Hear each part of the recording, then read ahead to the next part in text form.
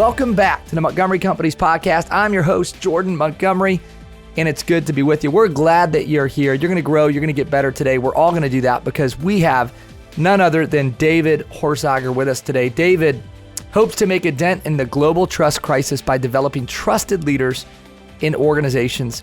He's a guy that I've followed for a long time. He has one of the top podcasts when it comes to leadership and leadership development, the Trusted Leader Show. So I'm a longtime fan of David's and the work that he puts out into the world. You should also know this about him. David is the best-selling author of The Trust Edge.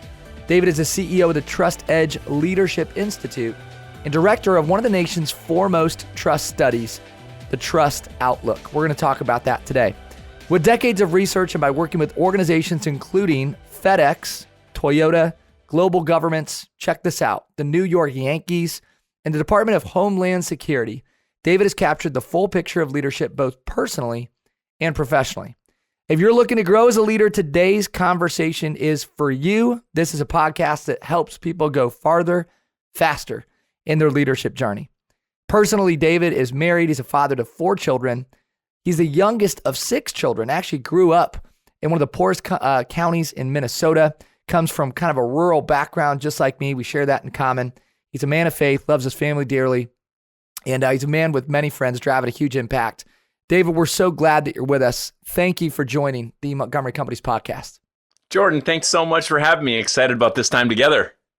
Well, listen, man, you are known as a foremost expert when it comes to this idea of building trust, creating trust, establishing trust. You've got so much to share, and the reality is I wish we could do 10 episodes together because I know there's so much in you that we want to pull out. With the short time that we have, we're going to lean into some of the lessons that you've learned over the years as you've studied this topic of trust. And my first question for you is, what is the greatest lesson you've learned about this topic of building trust with others? I would say this, and it's actually the reason I wrote my last book called Trusted Leader, is I believe, I hope without any ego, but work on 6 continents, putting out one of the biggest studies in the world on trust, my grad work, going back a long time, I believe trust is always the root issue. Most people are solving the wrong issue. They call it the wrong thing, so they solve the wrong thing. And for example, I believe at the core, with due respect to many of our dear friends, as you know, it's never a leadership issue.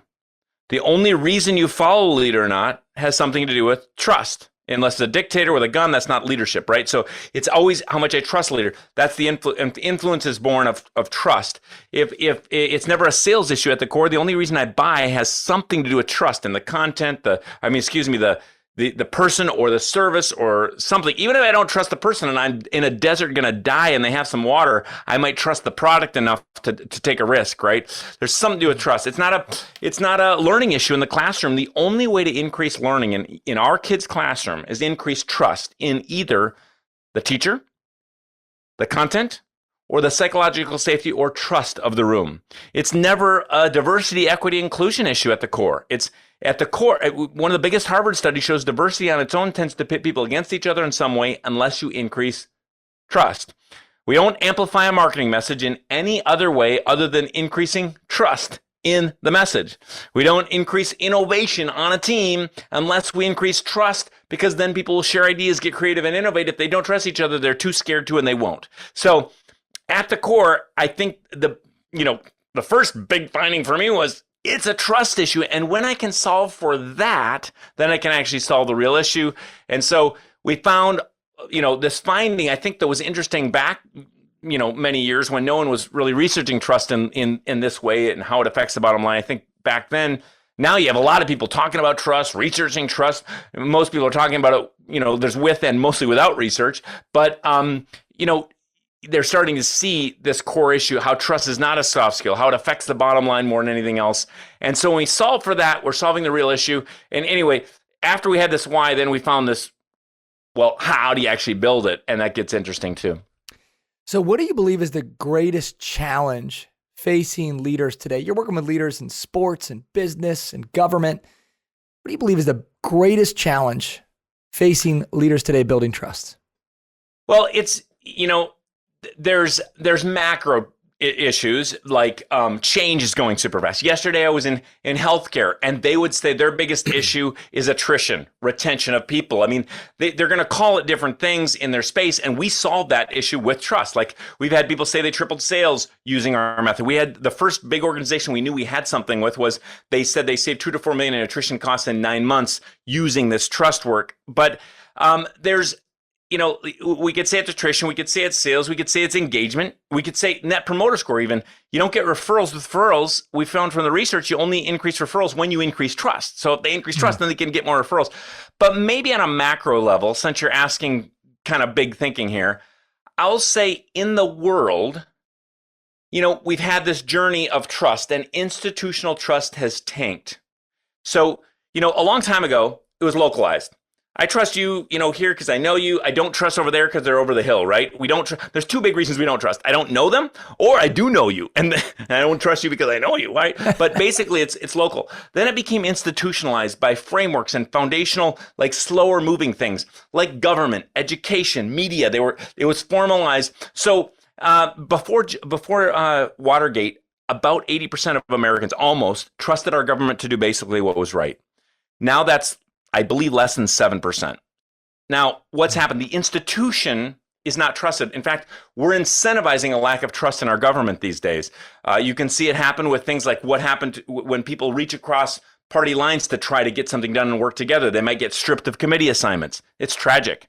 You'll see things happen like people did to Cheney. Anybody that has another voice or opinion. You can see this happen by 80 years ago, a Republican and a Democrat would meet together after they duked it out on the floor and have a dinner. They never meet together now. They certainly don't jump on the train together and take a multi-day ride back to California and get to know each other on a human level. There's a lot of ways we're incentivizing against it. So trust is down steeply in government, but institutional trust, every institution, like media is like 2% now. Like I believe after the law that passed under Reagan in, I believe it was 87, and then in 96 under Clinton, those two acts basically took away accountability from media, and we're reaping those benefits today of you don't have to tell the truth in media. You don't have to tell the truth. It can be a show, and people like entertainment more than they like truth, it turns out. And so that's why movies are way more watched than documentaries, as an example. And so all of a sudden, we used to have the news. Now we have your news, and it's not. There's no truth that's counted on. So media is down steeply. Education, same thing. When I grew up, homeschooling was weird, right? Now, homeschooling, charter schooling, the institution of education, the institution of church, of faith, used to be 80. Almost the same number of people say they believe in God as did 80 years ago in America, and yet any metric that would show it, going to a place of worship, giving to a place of worship, is down steeply. Food, farming. I grew up in farming, right, where we had food. Think of red kidney beans like you have in Chile. We used to raise semi-loads of red kidney beans. Nowadays, the restaurant wants to know it was grown right outside the door. It was picked with white gloves and kissed every time it was taken off the leaf, right? It's like you don't trust the institution, you trust this intimate thing. So move to distributed trust like blockchain and Uber, and then now we're moving back to kind of localized trust again, which is where you get nationalism and Brexit and a host of other things. So one thing to note, I guess, for people as far as a big change that you asked about is institutional trust. If you're an institution, you've got to change the way you're doing things because the institutional trust is down steeply. So good. Trust is at the core of nearly every conflict that we experienced. Your best-selling book, The Trust Edge, you've got 8 principles. You talk about building trust, and of course, we don't have time to go through all 8 principles. I'd love you to speak about 2 of them, specifically clarity and commitment. And this is heavy note-taking time because what you're about to talk about is important for every single leader listening, whether you're an emerging leader, whether you've been leading for a long time. So important that in today's world, we lean into clarity and commitment. And here's why. David, tell us why. Well, let me say this first. The framework is, it turns out that it's for clarity, they're all, those 8 are C words, but don't be kind of duped into thinking, this is a motivational book that's all alliterative. They each represent a very important research funnel. And these 8, when you get to know them from Trust Edge or the new book, Trusted Leader, has another take on them. They are the ways trust is built globally. These solve the core issue. And why we're going to start with clarity. So I want people to see this. I will say, if you want to solve the real issue, you can't, like I said, you don't get engagement with engagement. You don't get referrals with referrals. You don't get this. And by the same token, you don't get, people say, David, you love C words when they see all the pillars, right? You love C words. Is it ever a communication issue? Ladies and gentlemen, at the core, it is never, ever, ever, ever, ever a communication issue. It's the type. So when you go through the pillars, clarity, clear communication is trusted. You're communicating all the time. Unclear communication is not trusted. Consistent is trusted, inconsistent isn't. Compassion is trusted, hateful communication isn't. Competent communication is trusted, incompetent isn't. So first thing I would say is get to know these 8. Whether you ever use us, hire us, have us consult, or measure trust in your organization, or just get all our free stuff from afar, which we would love to give you. You got to define it right. And that is why clarity and commitment are 2 of the 8. And clarity solves a lot of what people call communication issues, but it helps you get to the real issue. So clarity. People trust the clear and they mistrust or distrust the ambiguous or the overly complex. Where I was a professor, we love to look complex. We kind of look smart. Whenever we overcomplexify, we lose clarity, which always loses trust today. And I'm telling you, we could talk about clarity for 2 days. I do it in organizations. It's a massive pillar. There's strategic clarity, how we, from mission, vision, values, priorities, all the way down to doing things, to communication side of clarity, how we communicate clearly, right? That type increases what people mean by communication. So it's really important. Clarity wins. Clarity, is kind. And yet most strategy organizations and marketing organizations that I know today are not clear at the level I'm talking about. So maybe I'll give, we have so many tips and takeaways and frameworks. Should I give a couple here, or what do you think? Please do. Yes, okay. David, absolutely. So I'll start with a simple one. Okay. On the communication side, I started my work. I was in another, as leader of an organization that I was younger than almost all my staff. It was in a very different area that I didn't know anybody and all this, and I wasn't getting what I wanted from my team. And finally, I thought, whose fault was it? Mine. And I got absolutely clear about what I wanted. And here's a little framework I've learned to use that has helped me in this area. Simple framework. Remember, I love research. I don't want just motivational whatever, but I want it to come out of research. But I need to make it simple so that I will use it tomorrow. On the farm I grew up on, if the shovel doesn't work, it's got to be something I can use. So here's a one simple idea. ODC, not OCD, ODC. So if I'm managing anybody or leading anybody, I simply, for expectations on any project, kind of simply go through ODC. Have I given a clear outcome? Many people are clear about like all these things they want to, that aren't about the outcome. You've hired good people. Of course, based on their experience, you have to coach more or less. But in any case, if you can start with the outcome, this is what this is what I see. This is what I want. At the end of the day, this is what I want. Then they'll tend to get there. A lot of times we start in talking about a lot of other things and not the outcome. Oh, outcome. What's it look like? The D stands for deadline. Many leaders and managers don't give a deadline because they're afraid it will lead to conflict, when not giving a deadline will ensure you get conflict. So I'm talking about a deadline. And by the way, some people will push back right here and say, well, yeah, I don't even know how long this will take. Fine. We don't always, as leaders, know how long everything will take, but you can give a deadline. So can I see the next step on this by 10 a.m. on Friday? Instead of saying, can I see that soon?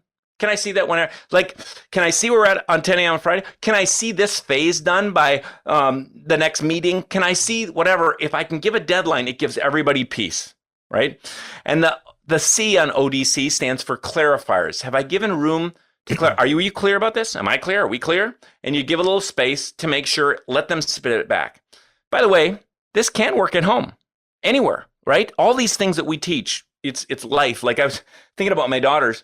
At one point, we didn't have the same clarity on what a clean room looked like. So to ODC it, I just said, well, what's the outcome we want? I don't want to be an exacerbating dad. I just want to give some, something here. So let's just call a clean room. Your dresser doesn't have to be clean. Your closet doesn't have to be clean. Let's just call it 2 things. Let's just say it's no clothes on the floor. You know what clothes look like? Oh, it turns out we do. Okay, floor. Yep, you know what that. Okay, no clothes on the floor. And the bedspread or comforter pulled up over your pillow. The top sheet, top thing, right? I don't know what's going on underneath, but let's just have that happen, right? So we got 2 things. So now we know, okay, an outcome is this. And by the way, maybe I might, as a parent, do it one time. I'm going to clean the room. I'm going to clean the floor. I'm going to pull the spread. This is what it looks like. Are we clear? There's the outcome. Okay, good. Now the deadline. It's going to be before you ask to do anything else on Saturdays, or 10 a.m. at the latest. If it's not done then, there's a consequence, right? So now, instead of discussing, and then you live room, are we clear? Yep, we're clear. We're committed. We got it. Yep, we understand the consequence. Now, then when they say at 9 a.m. on Saturday morning, hey, we want to go to this friend. They're coming, they're biking over. Like, great. Is your room clean? We have the same image. They can go look on their own. Oh, clean means these two things. It doesn't mean this. I don't have to work all day, but I've got these two things done. We got the same image. It's one simple idea, but it turns out that a lack of clarity is the number one reason for conflict in organizations. And if you can simply increase clarity, you lower conflict. Boy, I don't know. We're rolling here. One other idea I'll try to give because it's so critical, and that is this. Under clarity, what are the 3 questions? There's so many, like I said, there's so many parts to clarity, right? We teach a 90-day quick plan. We teach MVP. We teach 3 priorities or less. We teach all these things. But one idea that has helped people triple sales in 90 days, and it is the way I lost 50 pounds in 5 months. It's the way we talk about taking an idea to an action. Okay? How do I actually take an idea to an action? I need hope. I need clarity. What's a process? Well, there are 3 questions you need to ask to take an idea to an action. Let me just start with what they're not. Some of you might say, well, we love the Simon Sinek work of why, have a purpose, have a why. That's great. Have a why. No doubt about it. It's good. If you don't have a why on a project, you might not last 3 days on it. That's not the question, though, that takes an idea to an action. You've already asked the why. Well, what about Colin's work? Get the right who's on the bus, right? Great. Ask who. You want the right who's. Fine. That's a good question, and there's a place for that. The problem I see is we still have buses full of really fun who's singing Kumbaya about their why going right off the cliff because they're not doing what I'm going to talk about, okay? So get your why, get your who's. Here's the 3 questions. Number 1, we got that idea. We want to lose that weight. We want to triple the sale. We want to have a better relationship with our daughter, whatever it is. How are you going to do it? Number 1, how? Number 2 is way more important. How? And number 3 is the most important question of all, which is how? You have to ask how at least 3 times. It might take 7. How? And here's how long we ask how. Until a person will do something by today or tomorrow. And people will push back on me. Procter & Gamble, Walmart, big companies with 52 rocks and 32 goals and all this complication. A government pushed back on me. And with all those organizations that we worked with, they were able to get it. In fact, I had a guy, a senior CEO, a C-suite person from one of the biggest companies in the world, say it took 4 90-minute sessions with me, and he finally said, I get the how. This sounds easy. It's not. How? We can't say, oh, I want to have a better culture. How are you going to do that? Oh, we're going to be nice. Oh, great. How are you going to do that? We're going to appreciate people more. Good idea. Do I trust you? Not for a second. How are you going to appreciate? Till someone tells me they're going to write a note every day by 10 a.m., I don't trust them. I'm going to, I can tell stories upon stories about this exact idea and how it's changed people and massive. The second biggest healthcare organization in North America, when they finally got clarity and started driving a how organization. How are you going to do that? Because most people stop too early and nobody does anything. We're going to communicate more. Here's a big company. He said, we need a better culture. And we had done all this work with him, CEO. And I said, great, how are you going to have a better culture? Well, David, you started with that clarity pillar. We're going to be more clear. I said, great, how are you going to be more clear? Sat down with his senior leadership team, a former Harvard graduate, stood up and answered the question by saying, we're going to communicate more. Do I honor him in front of his team? Of course. Do I trust him? Not for a second. How are you going to communicate more? We're going to hold each other accountable. Oh my goodness. How many times have I heard that and they don't even know what accountability means, right? We have a framework, by the way, if people would like it, for healthy accountability. Most people have no accountability or don't have healthy accountability. But I said, great, how are you going to hold each other accountable? And we got down 7 times, and he get to something he could do today or tomorrow. Then the senior leadership team did. This 7 years later, we got the most amazing letter of how that was the tipping point of change for this massive organization. How? Because a final how gives hope. When I lost the weight, I couldn't do it. It was too vague what people were saying. Eat less, exercise more. Well, what's that mean? And then you also have to pick something you will do. Like if someone said to me, I can never have ice cream again, I'm not doing it. I'm not going to do it. I might do it for a time, but I will not do that long term. But I had to get to some hows that I would do, and I got to some hows that were absolutely clear. One other quick idea under this, and I'm going longer than I like, going a little more back and forth. I love it. Keep going. Okay, this Good. how idea can change the world for you. When you do these how plans as teams, which we do at least every 90 days, you might do them weekly, depending on how your team is set. How meetings, we'll get to some problem we have, something we're trying to change, and we'll how it. And remember, a final how, when you're doing it individually, it's like, that's me, right? I'm not going to drink a calorie on the plane, or I'm not going to whatever it is. How? So it's got to be one person. Co-leadership is terrible. Co-leadership is terrible. Collaborative leadership is excellent. When you do this on teams, yes, you got to collaborate, but one person. Quit giving it to Jill and Jack and Bill because you want to be inclusive. Give it to a person. One person gives freedom. It gives peace. They can have healthy accountability. The data shows if you have more than one person on a final task, you have 50% less chance of it ever getting done. One person. This is the same in marriage, by the way. I'm not pushing any type, but I can speak to my own, with my wife. And it's like, we're all working hard, but when you can have clarity of roles, oh, you've got that, I've got that. If you're going to say, well, we share everything, that is peaceless. If you're unclear about any roles, you get home every night. Maybe you both get home from work, and what do you got to do? Rock, paper, scissors every night. Who's going to make the meal? Who's going to do the dishes? Who's going to mow the lawn? That is stressful. Clarity of roles wins. And someone will push back and say, well, I see I know this company with co-CEOs and they're thriving. The only place that's happening is when those co-CEOs actually have different roles and they know them. There's a person. So a final how has a person, a place. I'm going to work out. Well, if you don't, first of all, a time and a place. So a time, if I don't know it's 5:30 in the morning ahead of time, I won't do it. If I don't know the place, choices don't win. So if I get up at 5:30 in the morning, I'm like, I was either going to go for a run or I was going to go to the gym. My chances go down dramatically because I start to make other choices like I'm going to stay in bed.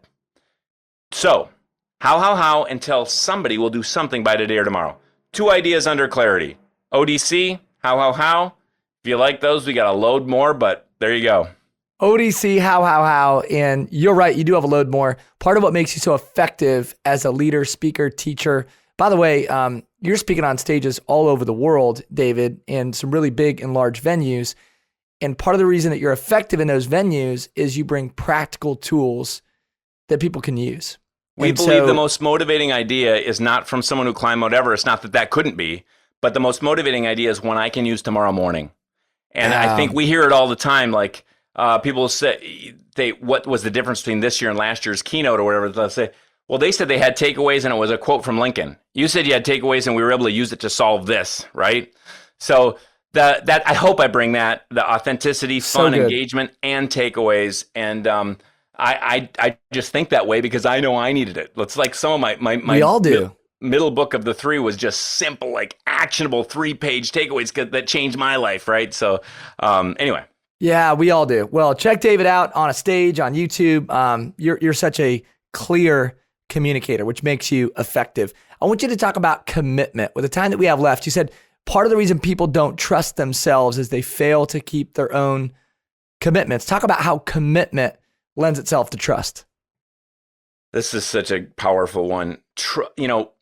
If I take anybody in my life or history, my mom, my dad, first grade teacher, Mandela, Martin Luther King, Gandhi, Jesus, or Joan of Arc, there's someone you can find that was trusted because they were committed to something beyond themselves, maybe to death. We trust those that are willing to be committed. Oh, you got a pandemic and you're going to jump? I'm not going to trust you. You're going to commit to stick with me through this? Wow, I might trust you. Commitment matters. I want to know you're going to commit. You're going to be with me. I'm going to come back to what you said earlier, but there's a load to commitment. So under this for us comes the accountability structure. How do you create healthy commitment in organizations? It comes, how do you rebuild trust? I think this would be worth it in our short time to give one idea for how do you rebuild trust. If you have an oil spill, we got a 10-step process. If you're a company that had a big breach of trust, we have a 10-step process for how you rebuild trust. But whether you're a big company with an oil spill or an individual leader, and we've all made a mistake and broken trust at some point, and you need to rebuild it, it comes down to actually one thing, and it is not the apology. People are like, oh, I apologize. I'm done. You never rebuild trust on the apology. I'm not saying don't apologize. I'm saying you never rebuild trust on the apology. The only way to rebuild trust is to make and keep a new commitment. I mean, you've heard this, haven't you? I'm sorry I'm late. No, you're not. You're late every time. The apology didn't do it. Making and keeping a new commitment, you have a chance. So there's an idea under commitment. There's a lot more, but we have to make and keep new commitments. Now, to your point on the trusting yourself, I just really push people, don't make commitments so lightly, because every time you make a commitment you don't keep, you lose trust in yourself, and you start to believe no one can keep commitments, so you poison the team. Some people here have heard it said, love your neighbor as yourself.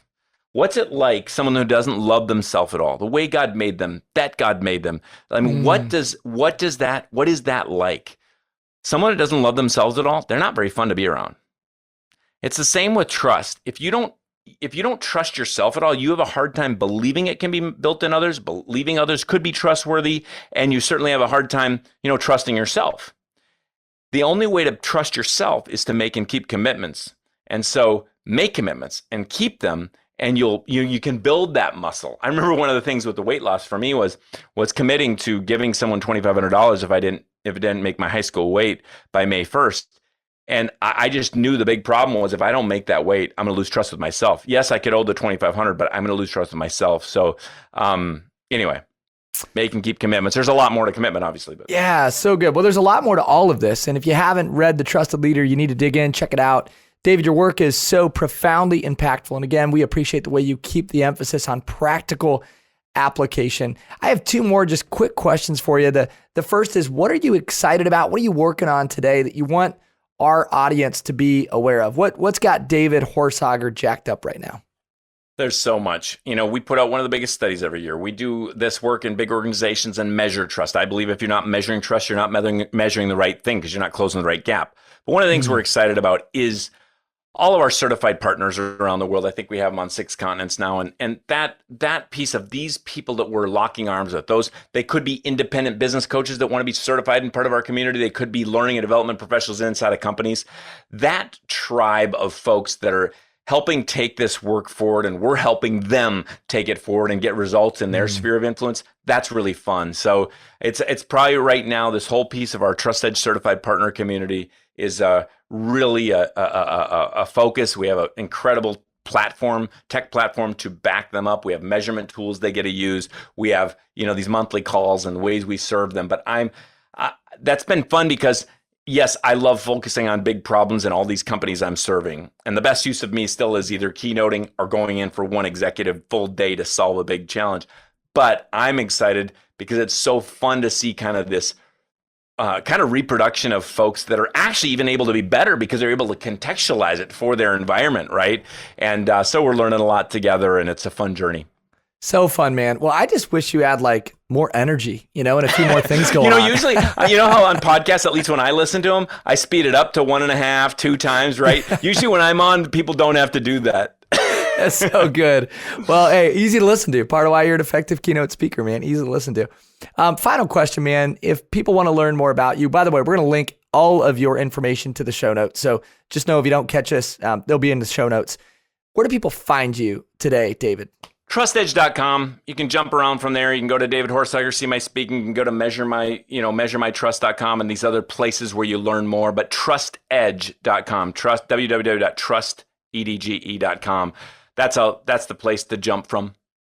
Well, we so much appreciate your time. And more importantly, I appreciate what you're putting out into the world. You've got this values-based way of helping leaders, helping people build trust in themselves and build trust in others. And I think, again, part of what makes you great is your content is relevant for everyone. Sometimes you listen to a speaker or a coach, a thought leader, and you go, yeah, that content is relevant for a subset of people.